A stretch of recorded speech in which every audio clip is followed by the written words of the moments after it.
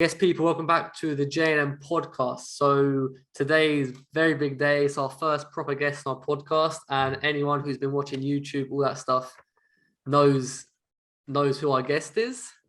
And yeah, I've been watching you like on YouTube, like since you ever started, like in the back old days in England, Spain, all that good stuff. So anyway, today's guest is of course Sheldon Tweedie, the GOAT of basically YouTube, vlogging, all that stuff for football. And so yeah, I was going to run the intro now, and then you can just like introduce yourself, all that stuff for anyone who like might not know you. And yeah, let's get into it.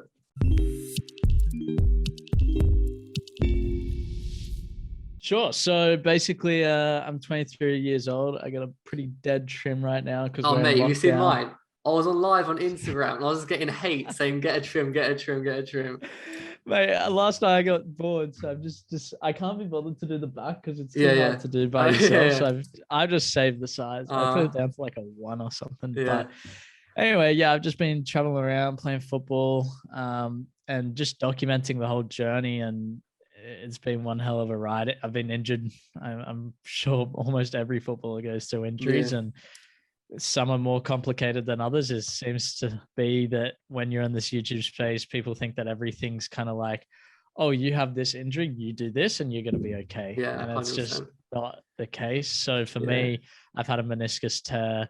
I've had 2 surgeries on the torn meniscus, and just nothing's happening. I just had cortisone injections 2 days ago, which was, God, that was so painful. Yeah, I can imagine.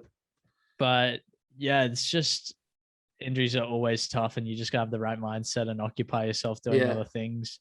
I've had times where I've been injured and you're just kind of sitting around, not really doing anything, and only playing video games, really. And that's probably what I would used to do. Now I preoccupy myself a lot more doing just things outside from football to take my mind off things, so that while I'm just sitting around, I'm not there going, oh, I want to be out on the pitch. It's just like 100%. A thought that's on my mind. Of course, dude, I want to be out on the pitch playing. I want to be training.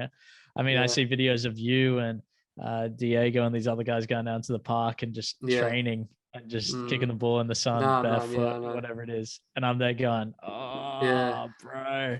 So yeah, I do miss it. Yeah, like, I'm not sure if you know, but I tore my ACL, I think 2 years ago now.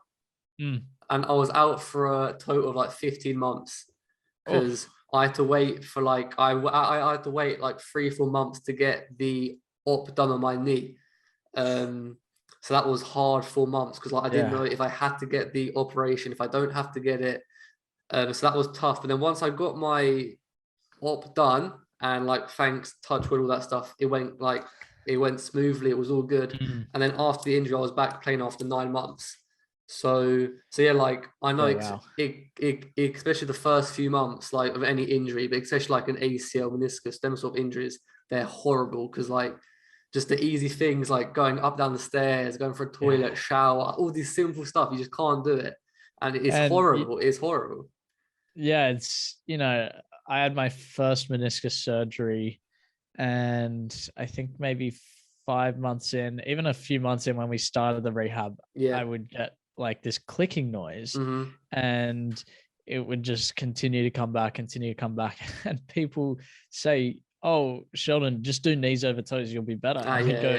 No, you don't understand. I can't even do a squat. And so I think for me, it's been understanding that you need to trust the people that you put yourself around in your life. And so I put myself around, I mean, if I ever have a serious problem like I did with what I just had recently, I go and see one of the best sports, what's his actual title? Not a physiotherapist, sports something or other. And he works with like the NRL, which is the National Rugby League here in Australia, with lots of injuries there. The AFL, which is Australian Football League, some football players as well. And I always go to the top people in the industry who are going to be able to clinically diagnose me, rather than listening to people who I don't necessarily know or trust, because at the end of the day, these people can see me in person. They can feel things. Like this guy literally pressed on my IT band. Yeah, I remember. Yeah, I couldn't walk for the next 2 days. Yeah, and so people that you don't really know or are telling you things through message or things like they can't press on your IT band and go, okay, that's that. Yeah, so it's just but it's about being me trusting the people around me. And don't get me wrong, I'm so grateful for the people who comment and stuff, but it's about for me, just trust who you're around. And then you can't just trust them. You got to go 100% in. You got to do the rehab that they're telling you. And that's the most important thing with an injury. You can't just kind of sit back and be like, oh yeah, they told me to do my squats, I'm just going to do them every so often. So yeah, that's been that for me. No, and the thing is, like, I had my ACL, it's coming up 2 years now slowly. And even today, I just have them days where like my knee's just not feeling it, or it's just a bit, I'm not swollen, but I just feel it's a bit like not right. And even like now, I just get them days where like I know I just have to take it light or just take a day off basically. And I think with these bad injuries, just like it's always going to be an issue, and you're always going to have to train to like if you've had these bad injuries in the past, you have to like change the way you train because of them injuries and stuff like that. And it's just it kind of like, it's like a never ending like sort of thing, even though like you're back training, all that stuff still comes and goes. Like it's just like pain and like awkwardness, and then but 100% agree.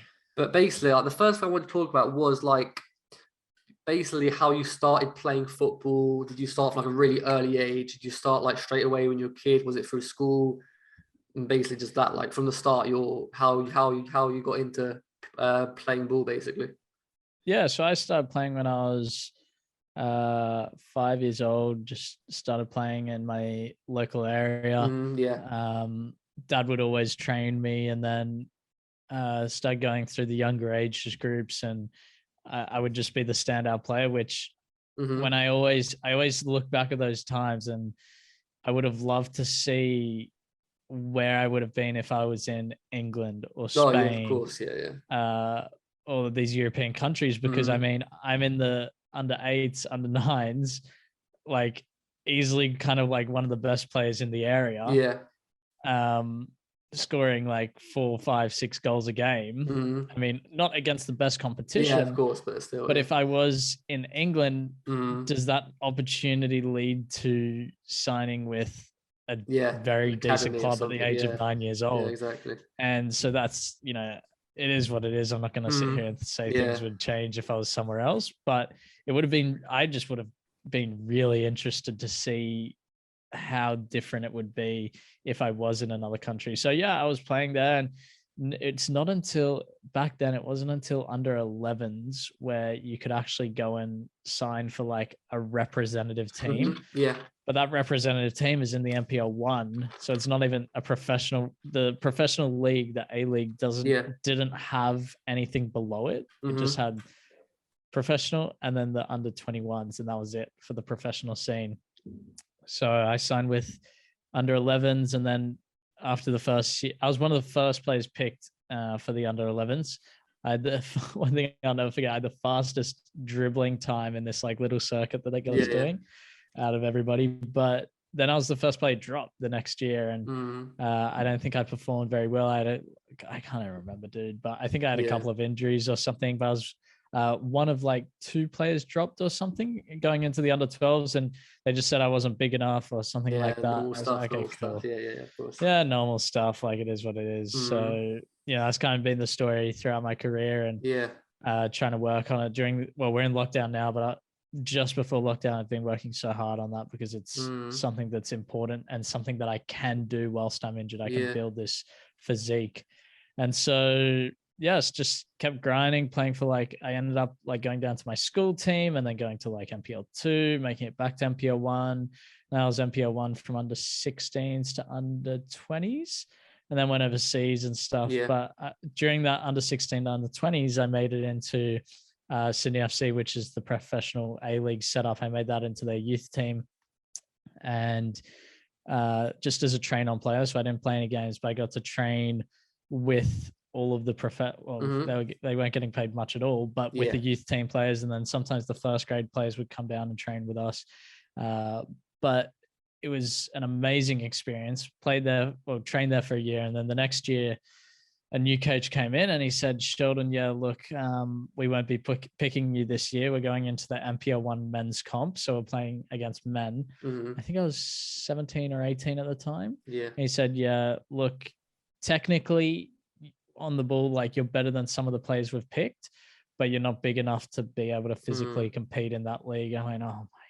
Yeah. So it was another one of those ones where you're like, dude, what is going on? So I understand it. They're playing against men.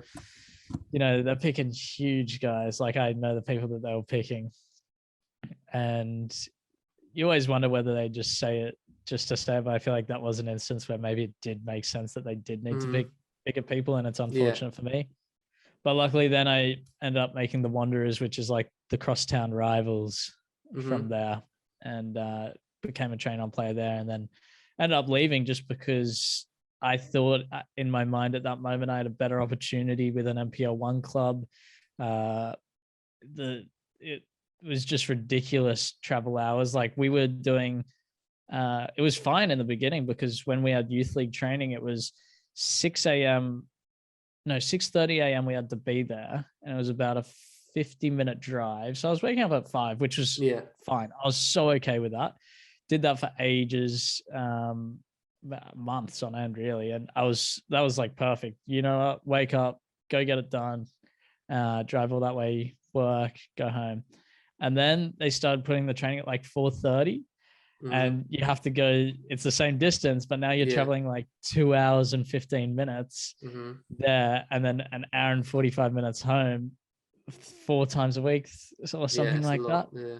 And it was a lot. And this time I kind of wanted to start my own business with my football coaching because I did have plans of wanting to go overseas. I was like, well, I'm not going to be able to stay here, work and make money and go overseas. And looking back on it, I think I made the wrong decision, but how can you even say that? Because if I did end up staying, do I, die in a car crash one of the days or drive in 2 hours? So look, if I had my time again, I would have stayed because I think it would have been the better option. But man, I don't know. It is what it is. So yeah, that was kind of like my upbringing until going overseas. And like what made you like basically what was the first reason that you thought, I might have a better chance of going abroad to, like, say when you went to England? Like what was that click in your mind that thought, oh, I have to get there? Well, for me, Australia has very limited opportunities to go professional. Anyone that lives here knows. I mean, I watched Matt Sheldon, who is the GOAT of YouTube. I watched his video on what it was like a pros. I forget the title, but it's basically saying the statistics of actually making it as a pro. I think you left a comment in there. I saw you got top comment, which is decent. And he said that in America at this point in time or each year, there's like, I think it's like 300 slots open. Yeah. He just uploaded that. It was like them 2 minutes. Yeah. Video. Got you. So, you take that as America, who have like, I don't know how many teams he said or how many leagues, but I think there was like 6 or 7 pro leagues. And in Australia, we have 1 pro league with, I think, 12 teams. Yeah. And so if you actually like do the maths, like each year we can kind of see who goes from MPL1 into the A League. Yeah. Last year, maybe 1 or 2. So yeah, it's quite. Year before that, maybe like 0. Year before that, maybe 1. Yeah. And so they now have their academy where they're just bringing in, which is great for academy kids. I wish we had that. Of course, wish we had that when I was around. It would have been a whole lot different. But these kids come in from like under 12s and they go through their youth academy program, and they're kind of like the first ones selected ahead of MPL players, which it is what it is. But the statistics show, well, look, Matt Sheldon's number of 300 equates to maybe 4 in Australia. If you're a non-professional playing in MPL1, 4, maybe anywhere from 2 to 4 is my guess. If you're playing MPL1, which is like absolutely ridiculous. They are opening up a second division, but is that pro? That second division? Apparently. Yeah. We've been talking about it for years. Apparently it's actually opening up next year. Mm-hmm. But who knows what the pay is. Like, I mean, of course, so many leagues around the world, especially America, call themselves pro, and then you go end up and make like 50 US dollars a week and some rent. And it's like, well, that's not really a pro league, and that's not what I'm aiming for. I don't want to go be a pro and just make enough to live off. It's tough. Like, you get to do what you love, but you're trying to set yourself up for the long term as well. 100%. So that's I mean, growing up from like 16, you always look at the A League. No one goes to A League. No one's in the A League this year from MPL. You're like, well, this is stupid. There's a lot of avenues in England where you can. I mean, one of the clubs I signed for, they offered me, God, I think it was like 80, 90 pounds a week. Yeah, good. And that my rent was like 60 pounds a week. And so I was making money. Like, I probably could have lived off that. I had my savings as well. If you really tried, you could have lived off like 15, 20 pounds a week in food. But that's the thing as well. It's so cheap over there for living, and I can't believe I was only paying 60 a week for rent. It's crazy. That's not bad. That's not bad. I know. And just England, I think, has a lot of opportunity. Very difficult if you don't have a visa. So minors now run out because COVID. So I only had 5 years, and you need to prove that if you want to renew it, you want to prove that you want to stay there. How can I prove that I want to stay there during COVID? It doesn't make much sense at all. So I will have lost that visa, which means you can't go back to England, really. I can, but I don't have a visa to play off, which makes it really difficult. There's just so many barriers to entry. Like, if you want to go to America and play, literally one of the best things you can do is go over whilst you're there, marry someone from America to get a green card to make you like an American citizen. And you'll have a green card, which will allow you to like pretty much come under not a visa player. And so that's I don't know. I haven't really thought about what I'm going to do once, because I was going to go back to England right before COVID hit Australia, and we just got told by the government, you're not allowed to go over unless you're like proper work. And it's like, well, I can't go to the government and say, hey guys, I'm going to go to England for trials. Do you reckon I can go do that? I'll just say no way. Of course. Which is understandable, frustrating. What can you do? Like, it's the government, dude. I mean, the thing is, in England, like, you get players playing semi-pro, really low leagues. Every year you get players make the step up into the pro leagues. Like, it's crazy, honestly, the amount of players. They just have one good season, half good season, and they skip like 5-6 leagues and make it. And even if they get signed, like, I know like a guy, he played like, I can't remember what league. It was like step 6, which is like T11 in the whole. And he played half a good season, scored like 23 goals, and got signed by Norwich, which I think at the time was in the Prem. And I mean, even though he played in the under 23s, but I mean, he's still training every day. He's a pro.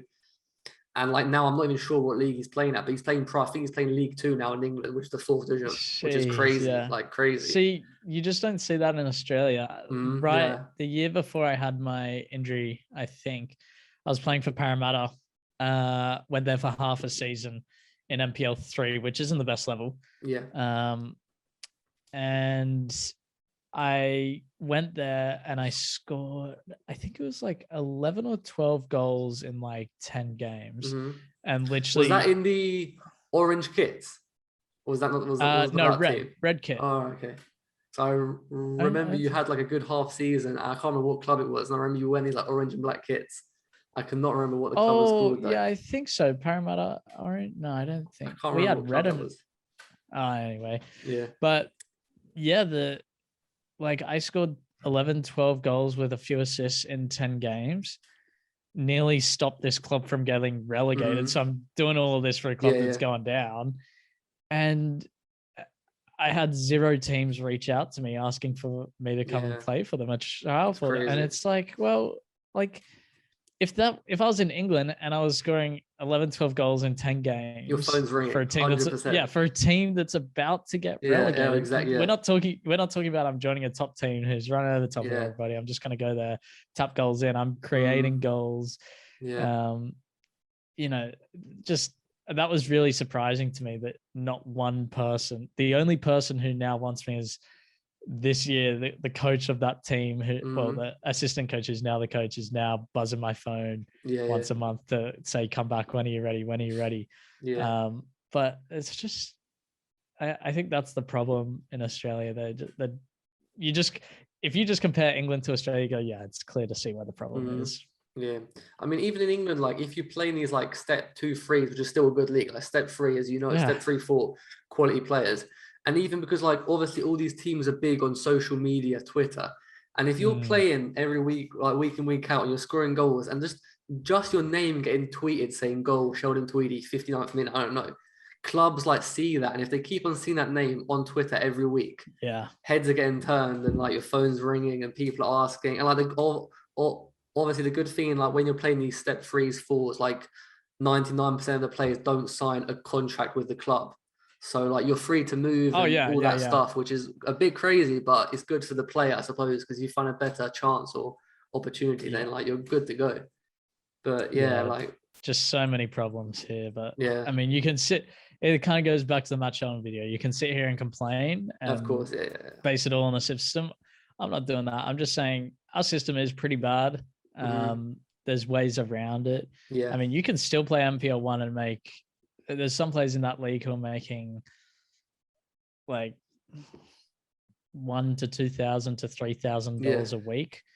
And maybe, like, I don't know, maybe that's the reason they don't go to A-League, because they go, well, I'm training 3 times a week. I'm making $2,000 a week. I have a full-time job as well as this.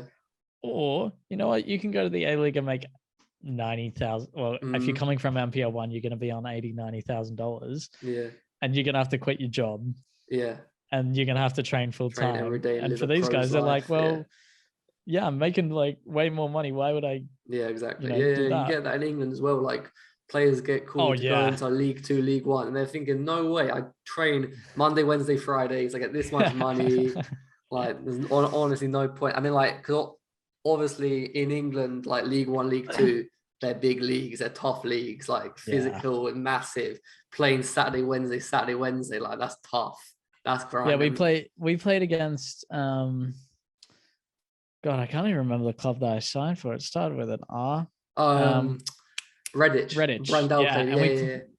We played against Nuneaton. And I think the goalkeeper, like every week you play, you're like, oh yeah, our wage bill is this amount and their wage bill is 20K. And you're like that's what it always is. That's how you compare. 100%. So the goalkeeper for them was on, I think, like $1,000 a week. That's crazy. That's like I think a Prem team called him up or someone and said, "Yeah, you come sit on the bench for us." He's like, "Why would I do that? I'm making £1,000 a week here." So but like that's the thing. But in England, you actually get offered those opportunities, whereas in Australia, it's like, well, no, you don't really get offered them. You don't have much choice. It's about who. But even then. Like I know the Sydney FC A-League coach, he's coached me. I've had coffee with him, but it's not really something in Australia where you go, hey, wondering if I can come for a trial for your professional team. No, like in England, obviously, like, I'm sure you know, like you can contact these step 2, 3 clubs. Email them, they'll say yes, like to come and train, and then you train once with them and they like say fuck off, or you can come and train for a few weeks and we'll see. Like honestly, like, exactly, that's kind of like that's a very good side in England. Like if you want to find an opportunity, you'll find it easily, honestly. Like all you have to do is have a decent highlights video, or if you're like a known name in non-league, you're sorted. Honestly, that's different story. That is, if you're a known name, or you're like ex-pro, like trial, come and train for a bit, and like that's just different. It's like when you went to England, like what was your like mindset? Like what were your main goals? Was it just like finding a team, whatever league, and just like kick off from there? Was that like your main goals? Look, when I first went, when I was 2021, it's so difficult going to a new country without 100%. Like literally football is a lot about contacts. I'm not going to say all about contacts because that doesn't make sense, but a lot of it is about knowing people who know people who know people. Yeah, of course. Yeah. Like I ended up going to Biggleswade, I think they were called. Biggleswade, that's close to where I was playing. That's close. It's in Biggleswade is like no, Biggleswade's in Hertfordshire, Bedfordshire. No, yeah, that's another club I was at. Trialing at. Was Plymouth Parkway is what I'm thinking of. Okay, yeah, could be. Yeah. And I ended up going there because my dad worked with somebody in England on like farming stuff, agriculture work, who that guy knew this guy, Ed, who knew a couple of people in football. And that was my link to America. That was your link to England. And that was the only in I had. Yeah. And so from there, like, went over. It wasn't the best. I got thrown into this team. I got off the plane, first time in a foreign country, first time playing English football. I think I played like a day and a half later. No, 2 days later. And I'm no training session, straight into this game. The grass is like, I'm so used to playing on artificial. This team we played against, grass was thick. I get put on for 13 minutes, barely touched the ball because I have no idea like how this team plays. I don't know how English football is. I probably lost the ball a couple of times. And that was kind of like the only time I played for the first team, and I got dropped down to the reserves. So it was difficult because it's like, like that wasn't really a fair opportunity for myself. I would have loved to, get settled in a little bit and then play. I think that would have been the best route for me. But, if you get an opportunity, it's hard to say no. Oh yeah, of course. Yeah, an opportunity. So I think if I had my time again, I'd be a lot more prepared. Like when I went over to America, Matt Sheldon helped me out as well as that's a huge as well as his agency who helped me out. So it's about just like if I was going to go overseas again, I'd make sure right now I would have planned out the visas stuff. So understanding, like I knew when I went to America that you can only have like 4, 5, 6 visa players. So I knew it was going to be very difficult. When I went to England, I knew I had my visa, which would make it much easier. So now if I went somewhere, it's like, okay, like I had somebody say, message me and said they wanted someone in Ireland or something. So before I even looked at it, I'm injured right now. But before I even looked at it, I would have gone, okay, what's the visa requirements, that sort of stuff. So that's probably the most important piece of advice I can give to anyone is understanding the visa situation rather than just going, and then going to places where you have connections, because yes, you can go around and door knock to clubs. That can work, but that's a massive grind. Would you rather door knock at a club where they have no idea who you are, or have a friend of the coach recommend you? And that means so much as well. Or an agent recommend, like, yes, this option can work of you door knocking, but this option of knowing people is going to help you so much more. So my dad and I sat down before I went to England. We wrote down every coach I've had, every coach I knew. And we went, okay, who might this guy might know? That's the thing. Like, all you have to do is ask a circle of people, and then the circle comes, and our circle comes, and like a tree, like it just grows, like. And it's people that you don't even think of that might know people. And it's such a small world. Like this guy's coach, this guy's son, and then that guy's been here for a trial and he got his number. Like honestly, is a small world, 100% football. And like in England, especially, I know like non-league, like you get teams who have like the same coach for like 30 years. And they just know everyone, and it's like it is crazy how like this. It's such a small world that is that football. Like, because I remember watching you when you were in England the first time, and like, I kind of felt sometimes like you didn't really have like a plan of action sort of thing. And then I remember when you went to England the second time, when you signed for Redditch, I think, was it? Yeah. Like I felt that time you were like much better prepared. You knew like how it kind of went, and I know like obviously it's tough going out to a new country, no contacts, all that stuff. But I felt like the first time you went kind of like prepared you for the next times, and then for example Spain and America, like you kind of knew what it's like. going to a new culture, new country. So I think even though Definitely. like the first time you went to England, obviously you didn't find many opportunities, I still felt that like kind of set you up for the future massively. Because it was like you just learned so much. And I mean, how it went. I was going to a new country for the first time. Yeah. I was trying At to a get young to age team. as well. Yeah, Trying to get into teams with clubs I never knew for the first time. Yeah, and I was so young, probably not naive. You know, people again, like you say I didn't have a plan. They hated on me saying I didn't have a plan. That's fine. Yeah. I don't care. It is what it is. They're probably right. And that's that. It's in the past, and it was definitely a good learning experience for me to know that I had to go over and have a plan. Do you watch Brandel now on YouTube? I barely watch any football videos right now, just because you should see his comments. Like the amount of hate that dude gets for chasing his dream is unreal. I don't believe it sometimes. What was I doing? Because like it's crazy, honestly. I think I was just on YouTube on my steps, and that gets more football stuff. I try and avoid the first football video I've watched is Matt Sheldon's video because I thought that was interesting. Yeah. But I just try and avoid it right now because it's like, well, of course, I don't really want to watch what other people are doing. It gets me too excited. So yeah, I did have a look on Brandau's channel. Just I haven't watched the video because I don't want to. I'm trying to refrain. But it's like I showed Sam as well, and we're like, wow, this guy is still going. This guy's still he's a legend, honestly. Like I love him. He's such a good. And so we were both like, wow, this guy's still filming videos. And we're just like, dude, that's respect. Like, I know how much hate that guy gets. I know. I don't get it though, because like he's not hurting anyone. He's not harming anyone. I get a lot of hate as well. And I just honestly, like obviously we're only just getting started now on YouTube. We've got like 4K subs. We get hardly any views. It's like we don't get much of this hate or anything. I mean, like we do get a few on TikTok and that sort of stuff. Don't get me wrong. But like I just see you guys, like for example, you, Brandel, like not hurting anyone, like honestly, and the amount of hate is just I don't understand it at all. But you know, I'm just happy to see. Like I didn't watch the videos, but I went through all the thumbnails. I was like, wow, this guy's like still going. It looks like he's in Turkey now or something. No, I mean, he's been everywhere, honestly. Yeah, and it's like, dude, that's cool. Like at the end of the day, he's doing for me.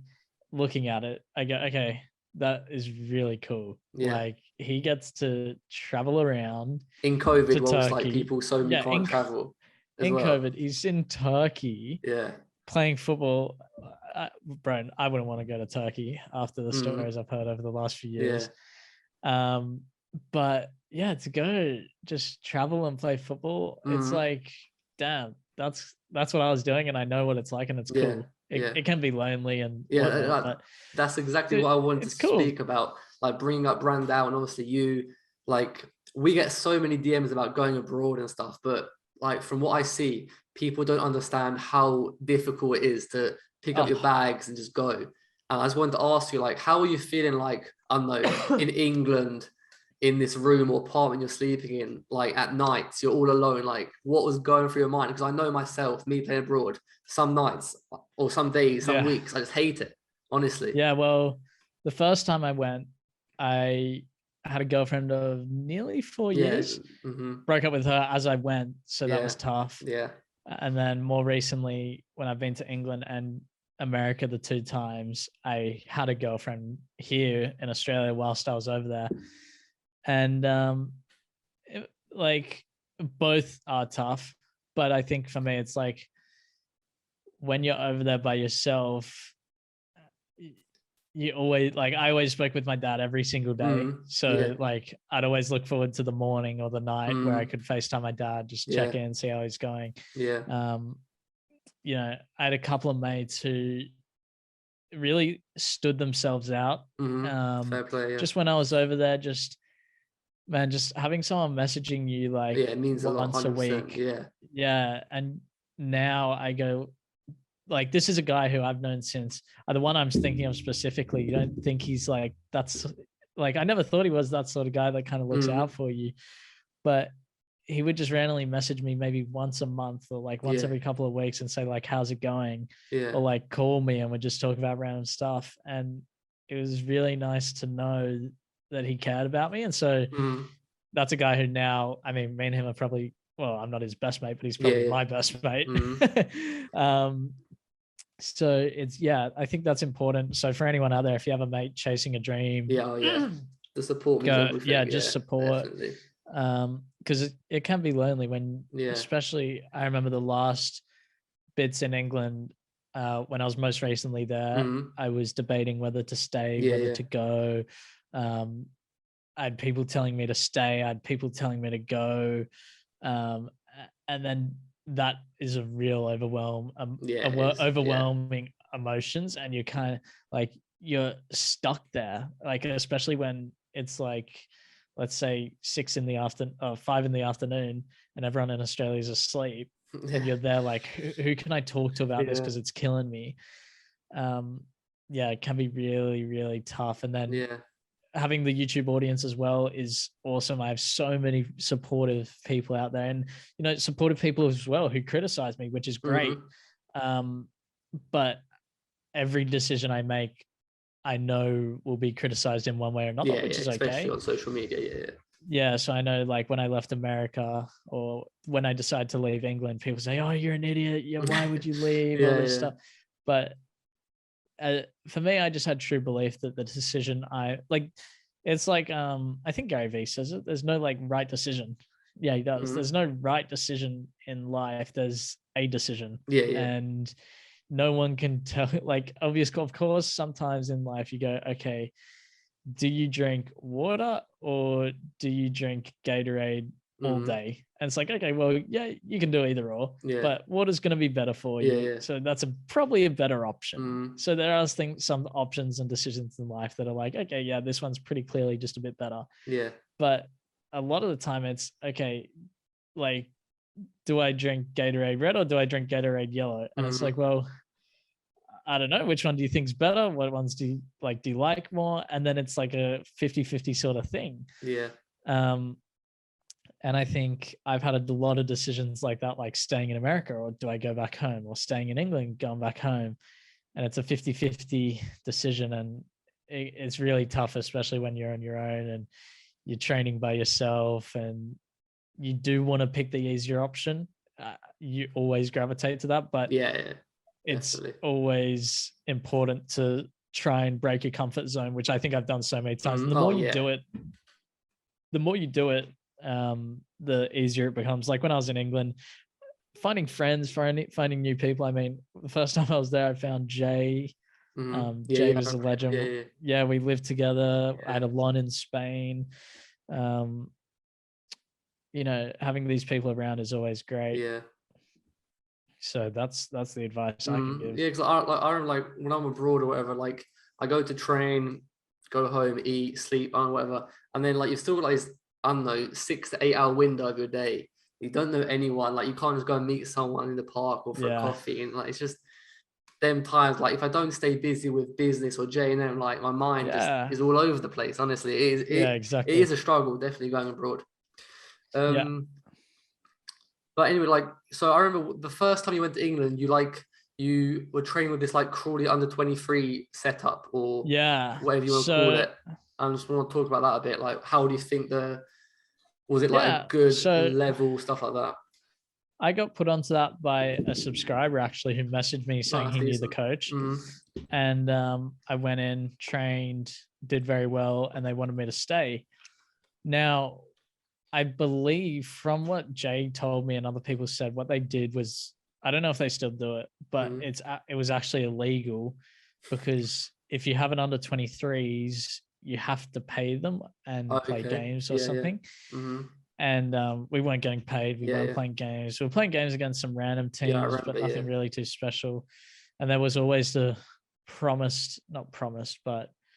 the possibility of the pathway to the first team, which never occurred, except for one guy who was like a freak.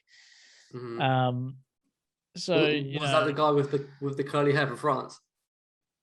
The really technical player, the left foot. I can't remember his name. Oh no, that's Nassim. No, I know that guy he plays. I think step 1 now. Was it Dover last season? No, I think he's gone to France. Oh, really? Because I know he was playing Dover last year, I think, or something like that. No, he can't sign for a professional team because I think it's Nice he was with. No. Yeah. Someone in Leon. I think he was with Leon as a kid. And when you're a kid, Leon take a percentage of the fee or something. Okay. And so if you sign the team, you have to pay Leon like 2 million. Oh my days, that sucks. Or something like that. He's a baller, that guy. He's a baller. Oh, so I think once he becomes like 23, then that becomes non-existent. But it's just ridiculous. So he's just incredible. But yeah, I just think it would have been nice to kind of know more. Like you would ask what's going on, and it's always the same of like, like we'll just keep training, like the first team we'll play against the first team soon or whatever. So look, it was good players, strong physical players that really got me into like the English football culture. But there was nothing to really come off the back of it. No games, no opportunities. And were all them players in that setup, were they like students or working, or they were just like, I think some were working, some play some play for just like a lower level team and get paid a little bit of money. I think quality of players was very good. Like there were some good players in there. Players that all wanted the same thing. We all wanted to become pro. We would always go there, work hard. You had like West Ham Academy players, Chelsea Academy, like all these academy players who are just looking for some opportunity and just amazing players as well. That's like in England, like you go to these lower league teams full of ex-academy boys. And like, it's kind of a good thing though, because if you go to like a step 3 or 4 team and you get into the right team with a lot of like ex-pros or ex-academies, it kind of helps because they are also trying to go back pro, and like it kind of helps because you all have the same goal. Because like some clubs, you go down to step 5, 6, and none of them want to become pro ballers. They're just there to kick a ball on the weekend, have fun, go and drink. But if you find the right club and you have a lot of boys who like want to get pro, that it makes it so much easier. And like honestly, that's an awesome thing to have. It's like a group of boys who all have the same goal of going pro or make it as high as they can. Yeah, for sure. That definitely helps. Because like even England, like if you're playing step 1, step 2, like you can honestly, if you play there consistently, you can also make good money, which is okay, but you can find like amazing opportunities in the future abroad and in England. Just by playing step 1, step 2, even step 3, 4, like, as you know, like they're all good quality leagues. So obviously went to England, and then did you go from England to Spain? I can't remember. Was it England directly to Spain? So I went England to Spain. My mentor at the time, who was in Australia, I remember that, was doing a lot of work with Sabadell.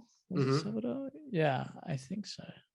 And I trained there a couple of times, trained with the second team, which would have been 5th or 6th division. And Dembele from Barcelona, his brother was there. That's mad. Who was from Dortmund. I didn't actually get to train with him. Because I think he was just chilling, I guess. I mean, his brother just moved to Barcelona making millions of dollars, but he doesn't really care that much, I don't think. But yeah, that was a really good experience. For Spain is just, when you get to that like level there of even 6th division, and like you just have no time. Like now you say like 5th, 6th league, when people hear that they think 5th league, 6th league, like that's gonna be poor. But if you go to these bigger countries, England, Germany, Spain, probably even France, and like the football there is a very good level, honestly. It's insane. Like I would have like a second, because it's not like, okay, so everyone talks about, when you receive the ball, you need to know what you're going to do next. These guys knew what they were going to do next when they didn't have the ball as a defender. So when you're ready to receive the ball, they know 2 steps ahead that you're going to receive it, and they come and close you down, force you to do something. So they not only they know what they're going to do when they receive the ball, because they're bouncing one touch everywhere. They're going to know when you're receiving the ball, because they then expect you to bounce at one touch everywhere. So that was, that just was insane how good they were. Spain, I love Spain. Spain's a great place, great football. Never actually, I didn't even go to the beach of Barcelona. Just couldn't be bothered. Too focused on football. So I loved it. I think the football there just suits. Like, and that's the other thing. When you go overseas, you can't like just decide to go somewhere because it works, which is probably what I did with England the first time.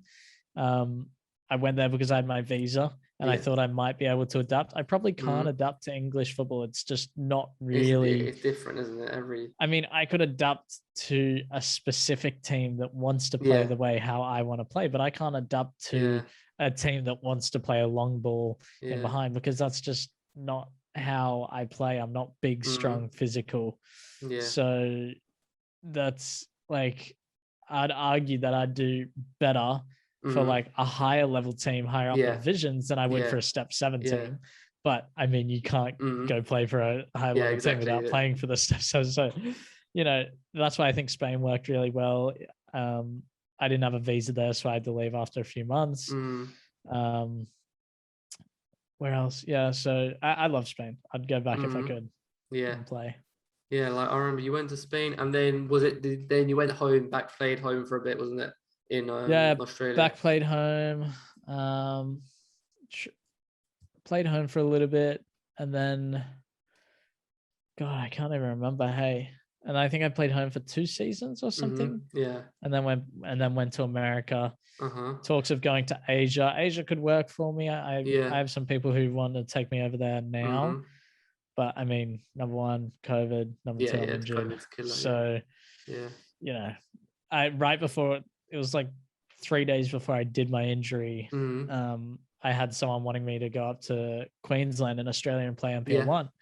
So it's like, you know, there's opportunities. It's just where, like, I can't even go to Queensland right now because borders are closed. So COVID, you know, you can make an excuse for COVID, or you can go, okay, well, now we just got to focus on where we are. Right. So you went to America. Was that purely like, did you like basically hit up Matt, or was that just like a chat you had, or did? No, so I was here. Obviously, I've known Matt for. Yeah. Did you meet in England? Yeah, like I met in England on like day 100 of my videos. So I've known him for. Yeah, it's a long time. 3 years, 3.5 years, I think, something like that. I mean, we have chats every now and then. We've done different things together. I've helped him out with a couple of things with his business and stuff.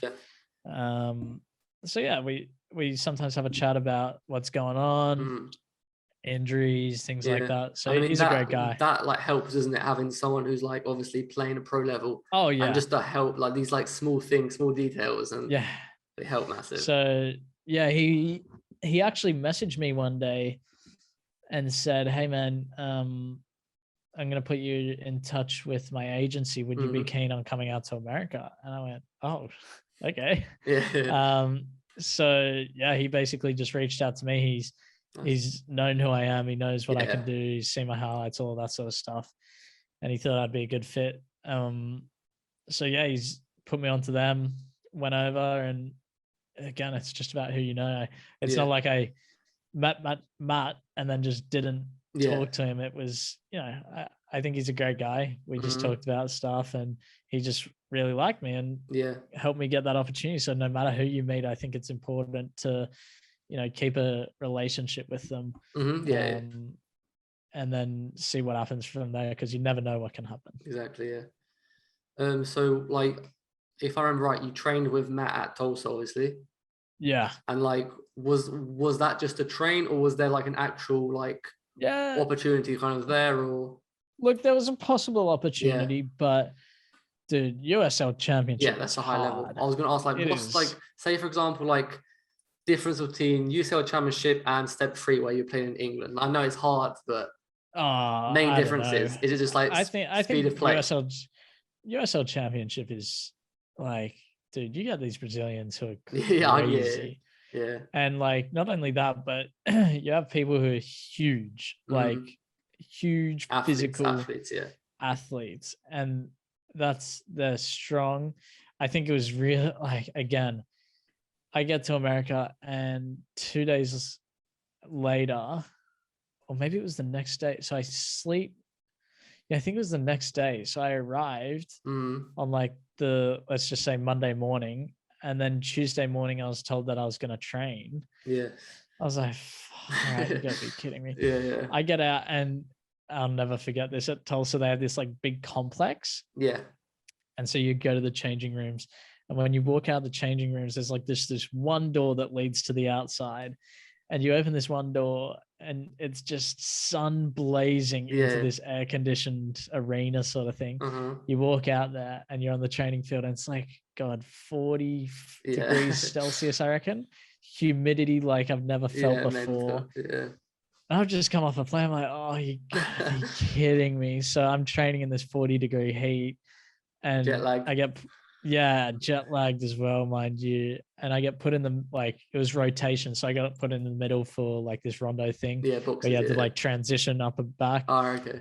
And dude, oh my God, I was so close to vomiting because no way. I was so tired. I was just the heat. Obviously nervous as well a bit. I mean, I've come from winter. I just came from winter in Australia, and now I'm going to this 40-degree heat. So yeah, it was tough. But yeah, there was a slight opportunity there, but it was more just so that the agency guy who was training there as well could see me. And ended up going to a NISA team where, I mean, I would have got paid scraps. Anyway. Yeah, I've heard of that. Yeah. I think, didn't Spencer Moeller actually say how much he got paid? Or like I don't want to lie or anything, but it was like $300 for like a 3-month contract or something on them. It's just crazy. Like people, like leagues in America calling themselves professional when you're not really professional. Yeah. It's not. I mean, like really people say contract. like people say like obviously pros if you get paid, and then people say pro if it's your only job, and like it's a very great area. Like where's the line exactly? Yeah. So I went to this NISA team, and when I tell you I killed it in training, I'm telling you, I was top 3 in these training sessions, every single session. Yeah, I was killing it week in, week out, scoring goals in training, turning heads in training from the players themselves, the playing group. And I stayed there for 3 weeks. I was like, this is ridiculous. Like, I'm not going to keep paying money to stay here for nothing. And I went, well, like they need to make a decision, because that's like, you need to sometimes stand up for yourself. You can't just keep being this puppet that they go, stay around. So I went, look, well, what's happening? Are we doing this or are we not? And they kind of ended up, I don't even remember what happened. I think they just said that they're waiting on signing other players from like the USL, and then they're going to see what their squad is like. But I was like, dude, I'm like one of the better players here. You're not going to not value signing me. Anyway, they didn't. And now I look at the team and I see some of the players that are there from when I was there. I go, wow, okay. But that's partly because they're just Americans. Yeah. And, that's not an excuse. That's a simple, okay, these Americans have 17 spots to compete with. And I'm a visa player competing for one of 5 spots. Yeah. So the quality that you have to have between these, you can be a little bit behind as an American player because there's a greater pool to pick from. But when you're one of 5, you got to be one of the best, I guess. Or maybe they use their visa players on. I know there was a international player for an African team, like a goalkeeper, and then like that it is what it is. You're just competing for less spots essentially when you go overseas. Yeah. So like you were in. So how long were you in America? Was it, because it wasn't like that long? 4 months, 3 months. Was it that long? I don't remember. I think 2. I think it was like 3 months. Like, was it you signed for like an indoor team, or was that a thing? No, I don't you signed for an indoor team? No, were you training with an indoor team or something like that? No. No. Was it just that NISA team then? And then. Yeah, it was NISA and Tulsa. I'm pretty sure. And like, would you ever go back there in the future, or would you say like? Oh, I'd love to, bro. The food in America is so good. I've never been. So like, honestly, I can. Yeah, no, I would go back to America if I could. Yeah. But I think the only way to do it is, like I said, you need to get a green card, and if you get a green card, like opportunities will open up out of nowhere. Yeah. So, I mean. Yeah, if you don't have a green card, it's very, very difficult.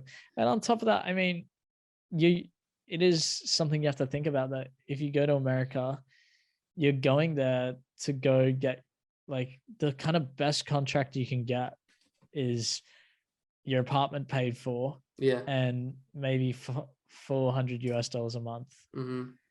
And that's not a lot. No, you're wrong. This is not a lot. Like, yes, you get to do what you love, but it is not a lot of money. So.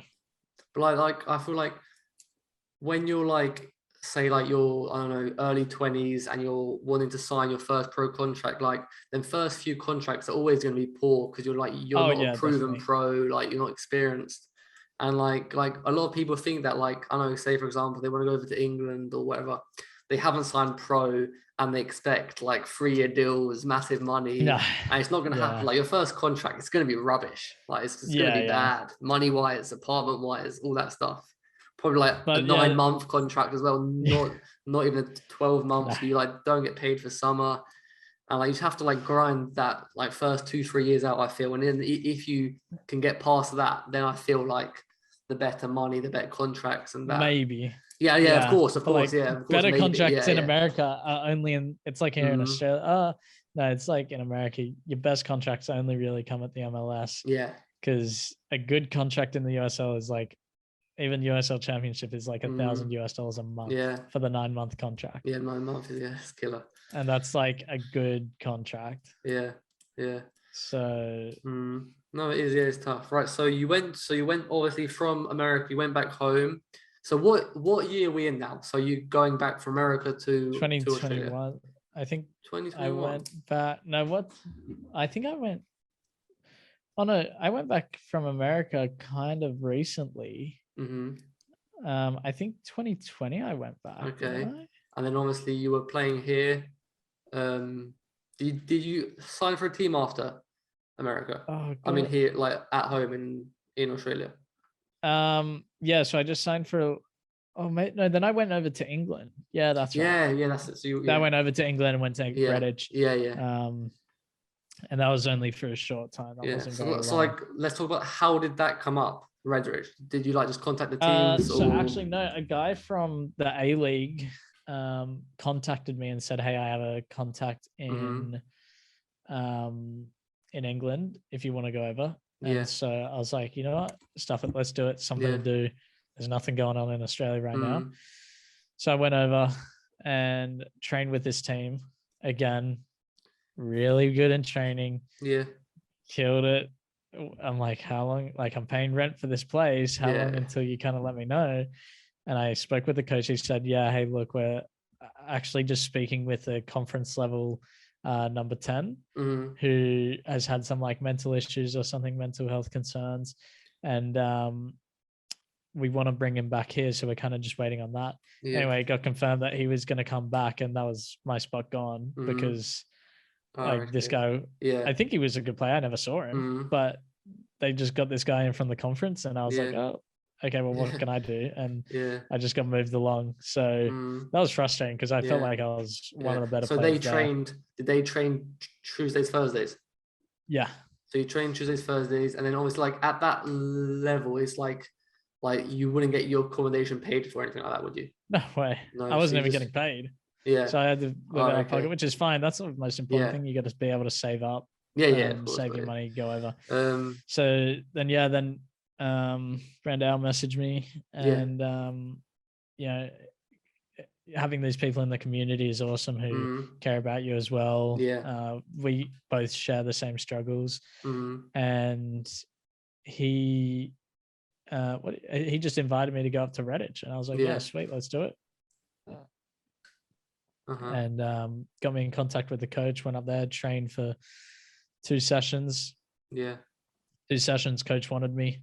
It was like one of those things where it's like, I've gone to like all these different clubs, killed it, being one of the better players. And then finally this one is like, yeah, you're one of the better players. Let's sign you within 2 sessions. I was like, oh, finally. So it's something you just have to find the right coach. That's different. So then obviously you signed there. You played 1 game, was it 1, 2 games? 2 games. And then I decided, like, again, should I have stayed? I probably. I mean, looking back, like, it's different. It is hard, isn't it? Yeah, it is hard. Like, if I stayed, I really wasn't enjoying myself. I wasn't enjoying the football we were playing. I wasn't learning. I wasn't growing as a player, and that's the most important thing.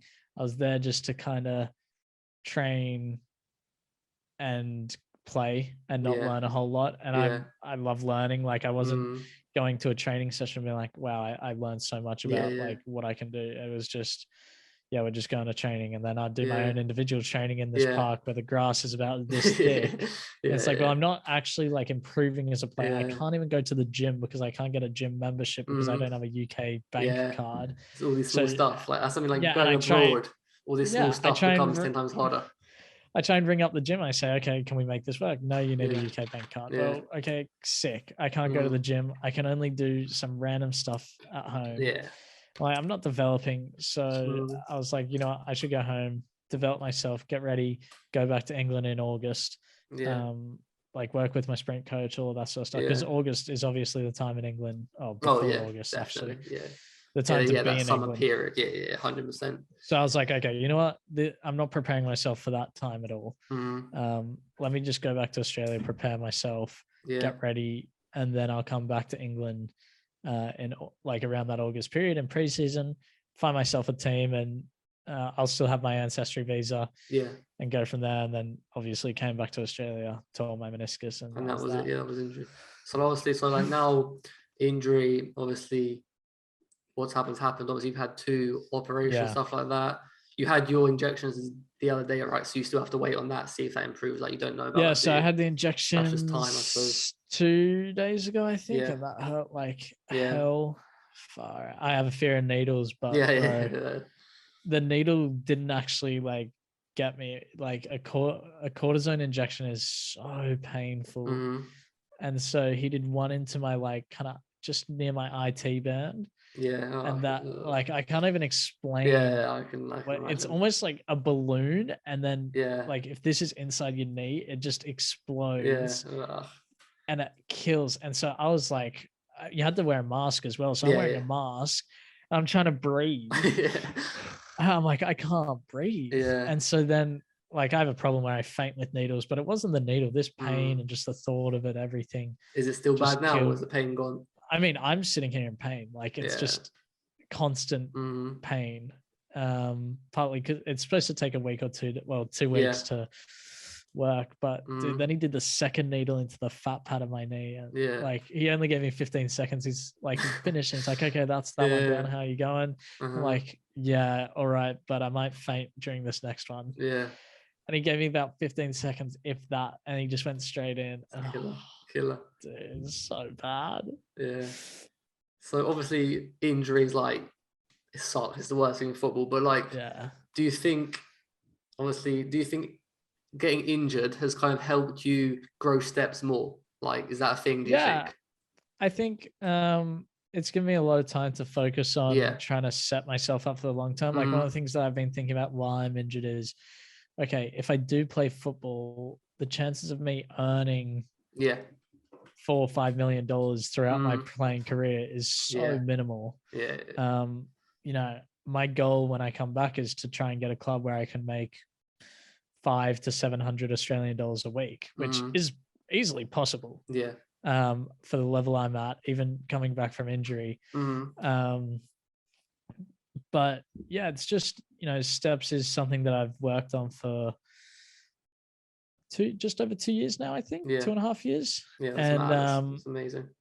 I've just been working on that, and just, you know, I've had ideas now, like creating content. We just actually released a show with this guy called JD, and just people that I've never met before. Actually, like, I think they're both Sam mates. We did the breakdown with Nathan, where it's just me and this guy. Like, I don't watch heaps of football, but I know a lot about football.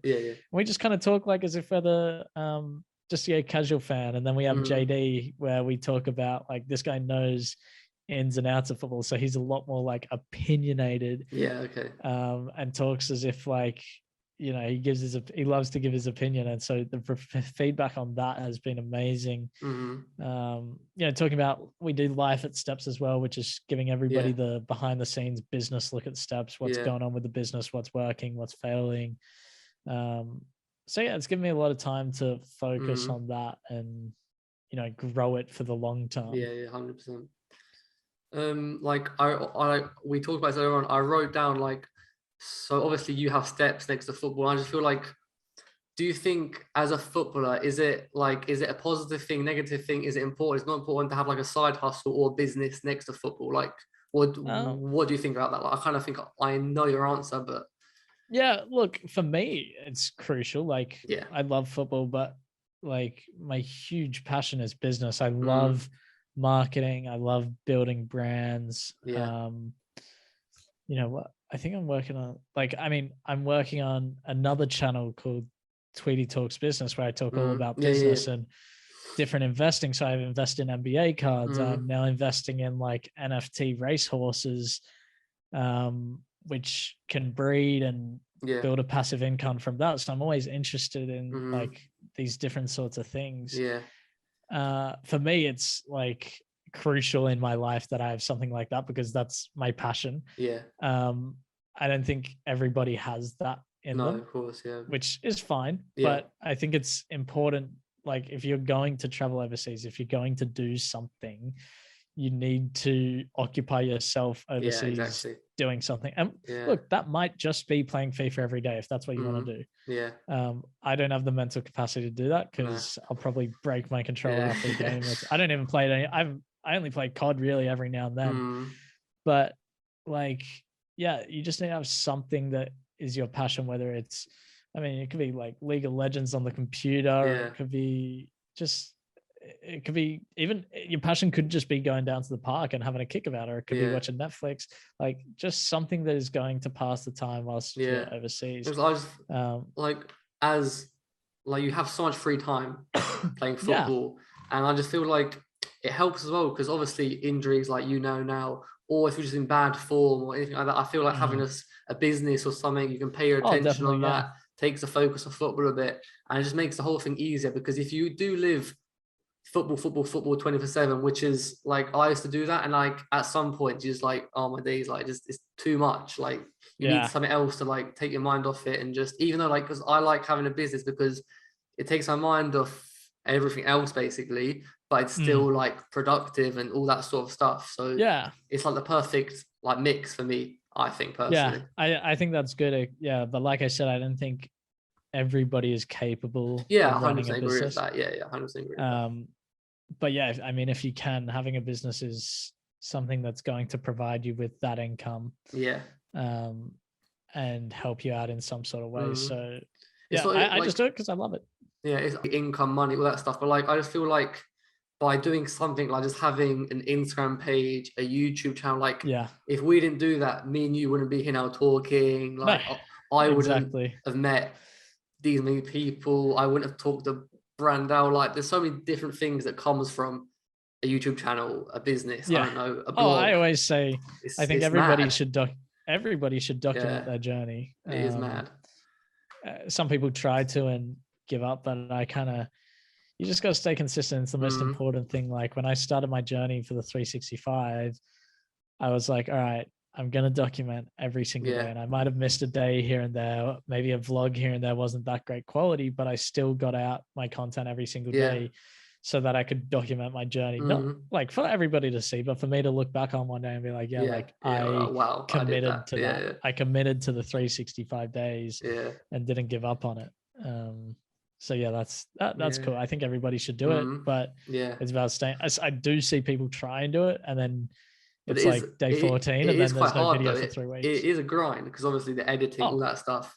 But like, even now, like, we've been running a YouTube channel for like, I would say, well, we've been consistent in the last 3-4 months, but we've been doing it overall, I would say, a year. But like the last 4 months, we've kind of like really kicked off in it. But like I film 99% of our content off my phone.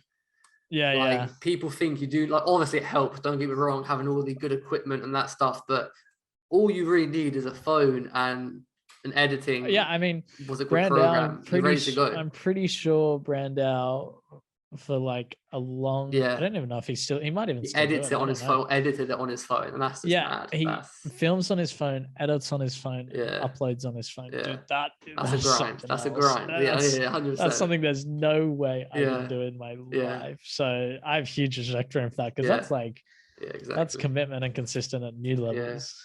But like having a side hustle, I think it's even helped me like just improve my life as a athlete, as a normal person. Like I think it's something, not even just a side hustle or business, just like a hobby that's kind of like productive and gets them in a positive mindset. I think it's like it really helps with everything, all aspects of your life.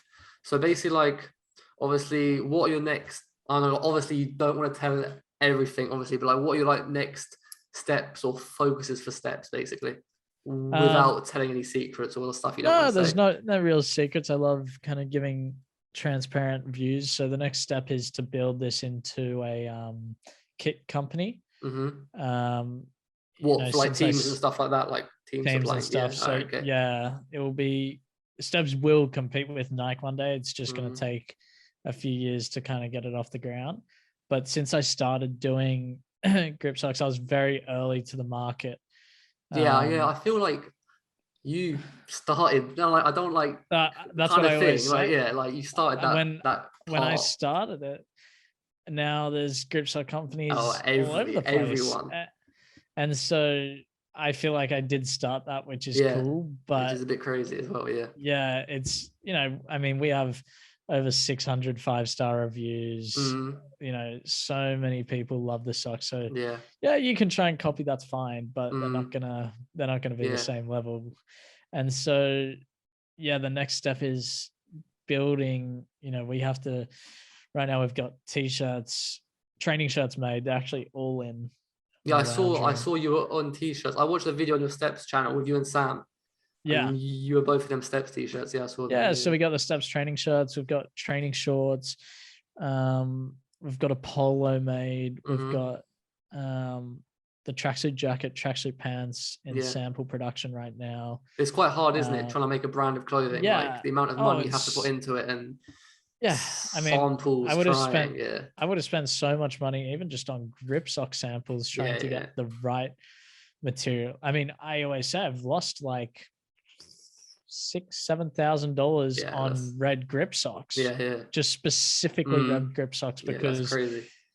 Like the dye for the red onto the specific materials we use for the sock wasn't allowing our grip to stick onto the sock. I mean, yes, you can use silicone grip, which is nowhere near as good as to what we use, but we finally just found out in our most recent order, which we had, that red grips, like they changed it around, and we used the same material from like a different person, and now it's the red grip sock finally works. But we had probably 3 different orders of thousands of pairs of red grip socks that just didn't work. And so that's like thousands of dollars, where it's like, okay, we thought we had it, but now we didn't. And that's like $7,000, where it's like, well, I'm not going to sell these because they're so bad. But that's the next focus on Steps. So building it into a kit company takes a lot of time. I'm just being really patient with it. The goal was to have clubs and kits this year, but I think I'm going to delay that just with COVID. I was going to say that's probably killed you a bit. No, like, I mean, business has been getting stuff sent over and stuff. I bet it just takes so much longer. Oh, somewhat. It seems to be okay, but it's the clubs just may not have the money. So I think I'm going to delay that another year, which is fine, because I mean, it's so hard. We got the shorts made from a supplier that I met in Melbourne. And then it's like, well, I think the waist is just a little bit too tight, and then when I sit down, it just goes up a little bit too far. So we have to change the slight dimensions there. Sometimes the material is slightly off, so then you have to go tell them that. They have to make that according to what you're saying, and then go from there. And then you got to wait a couple of weeks, and then you finally get the new sample. And it takes a lot of time. But yeah, I can imagine. Yeah, look, I'm just being very patient because I know if I take a year or like two you can't to rush get them good things, can you? yeah, Well, if I get take a year or two to get this right, then Yeah, down the line it's going to be much easier. Yeah, 100%. You know, I'm ordering thousands of pairs for a club. Yeah. Right. So I've written down 3 questions that I kind of want to end the podcast with. One of them you kind of aren't, well, you've talked about already, but like, if you could change anything in your career, what would you change? Like you said earlier on in the pod about a few things, but yeah, football wise, I mean, just football wise, like. No, I'm always a person, like, I know this is going to be cliche, but I'm a person that is very strong of, I don't change anything. If I did something different, like I said earlier about going to the Wanderers, staying at the Wanderers instead of going back to Manly, maybe I wouldn't be in the position I'm in right now. And I'm just grateful even with my injury, I'm just grateful everything's happens for a reason. You know, I'm just happy. You just have to be happy and present. And that's the most important thing. Because being present is kind of the most important thing. So yeah, look, yes, I say things where I would probably change. Maybe I should have done this. Maybe I should have done that. But you know, they're lessons. Yeah, 100%. So your biggest piece of advice for like aspiring pros, so like, I don't know, aged 18 to 22, just for example, like what was the biggest piece of advice you would give them? I feel that's a tough one, but. No, I like to go the practical approach with this. Everybody knows about training, all that, whatever. Yeah. I'll go the practical approach of, you know, save your money, work a job, grind your training as well. Make sure you have enough money so that if you do think that in your area you don't have any opportunities, you can travel to a different area or a different country. But at that same time, really look to expand your circle and speak to as many people as you can so that you can create these opportunities for yourself in I don't know wherever, Asia, Thailand, like England, America. So that's my practical approach, because if you are good enough, you guys know you should be training and pushing yourself every single week, creating that highlights video. Then, I mean, people make highlights videos and they suck. Like I get sent highlights videos. People say, Sheldon, can you have a look at my highlights video? I go, well, this sucks. Like, I don't know who you are. I don't know which one I'm looking at. What did you just do? I mean, I always say, have a look at just look up Sheldon Tweedie highlights, and you'll see like one of the best ways to have it done, which is like, you know, a quick black circle around yourself. Exactly. Breaking it up into segments of like goals, chance creation. But like some people just put random highlights on the screen and go, who are you? What number? So that's the most important thing. Just be practical in your approach to trying to get a pro contract. Don't expect it to just come to you. All right, and my last one is, I'm not sure how big like of a goal setter you are, but what are your goals for, say, the next month, 6 months, and then this is a big one, like 1 to 3 years? Now, so for me, I'm a big goal setter. I love goal setting. I think it's so important. But for me, I only have short-term goals right now, especially for football. Yeah, understandable. Like, I don't even have a time limit because I have no idea. But I have a goal of just getting back and playing and training. That's the only thing. So I can't even say running, because I can run right now, but it hurts. So it could be in 2 months if this cortisone works, or it could be in 8 months, or it could be never again. But the goal is to be able to get back to playing football. So I don't have a goal of trying to be ready by X time, because my knee's going to be ready when it's going to be ready. As if I do all the rehab correctly, even if I do rehab correctly, even if I do knees over toes like everybody tells me to, it might be 14 months until I can play again. It might be I can never play again. But even though like that's you have to get your knee 100%. But then even if your knee is like good to go, like your mind still might not be there. It's like them two have to match up. That's huge, I felt. Yeah, exactly. So that's for football. Like, you know, then I just have my other goals with steps. I have a couple of goals there, which I kind of just keep to myself about what I want to achieve with it by the end of this year. in terms of like reviews and orders and content goals, trying to stay consistent every single week. Eventually I want to start getting MLS players onto my podcast and things like that.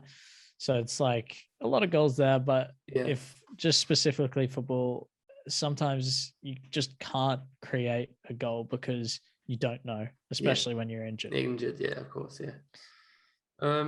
So yeah, I think we've got everything that I legendary want to talk about. I think we went over a bit time, but what are you going to do? No worries. And if you've got anything you want to talk about or plug at the end, just like, I don't know, if you have anything or any messages or anything. No, nothing. I think everything's been said, just that's all. I've said all I have to say. All right, okay. No, anyway, I really appreciate your time. I know you're a busy guy at the moment, steps, all that stuff.